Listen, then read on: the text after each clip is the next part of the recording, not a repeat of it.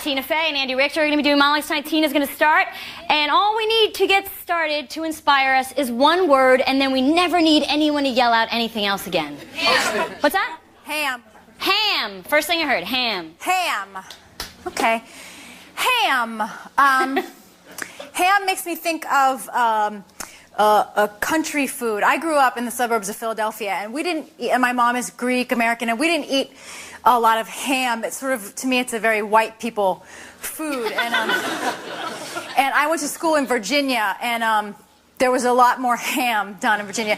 I had a roommate down there who actually used to eat ham salad, which is chopped up ham in mayonnaise, which I think probably in World War II was used to chase Jews out of the ghettos onto trains.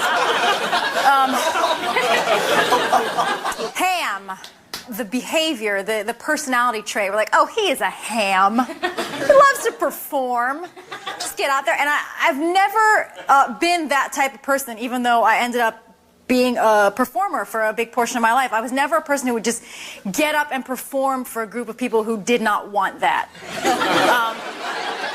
I grew up outside Philadelphia, and there was this local show in Philadelphia called the Al Alberts Showcase. And it was on Saturday morning. Anybody know it?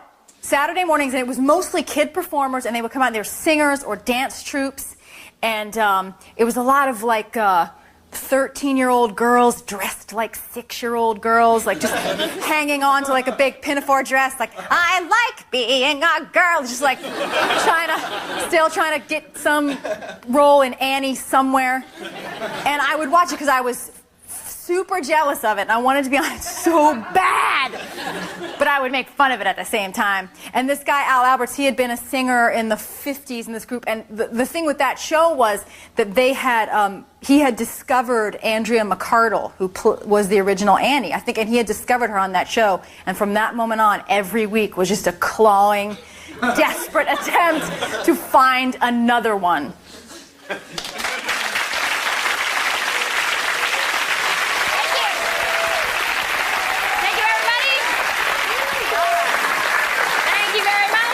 Welcome back to Asscat, our fully improvised show, and we need a word to inspire Tina. Pointillism. What, pointillism? The first, yes. Oh, so smart. Pointillism. Pointillism. Pointillism, and I may make mistakes in this, is the painting technique of using small dots of color that when you back away from them, a picture appears. When you're very close to them, it just looks like dots, right? And thank you. I didn't come up with it. I just. My dad actually is a painter and has been all my life, and but he used to take me and my brother, and still does. To museums, and there are a lot of good museums in Philadelphia. There's the Philadelphia Art Museum is the one that Rocky runs up the steps, and yeah, okay.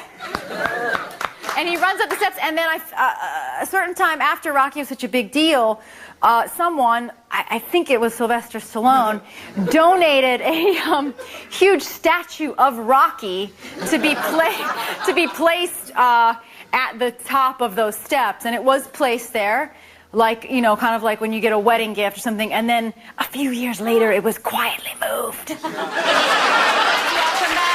Welcome back to Asscat, the improvised show. All we need is a word to inspire Tina. Squish. Squish. First thing I heard, squish, onomatopoeia, squish, squish. Squish. Squish. Squish. Squish makes me think, of squish. You squeeze things, sometimes just for the pleasurable sensation of squishing them, like all those little squish toys and stuff that animals love so much.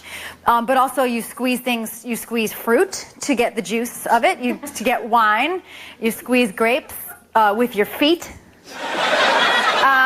Squish also made me think of bugs and stepping on bugs.